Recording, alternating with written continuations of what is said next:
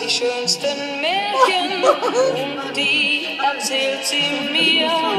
Ich streichle ihre Hände und schaut sie mich dann an und fragt, das ist mein Junge, sag ich ganz leise da.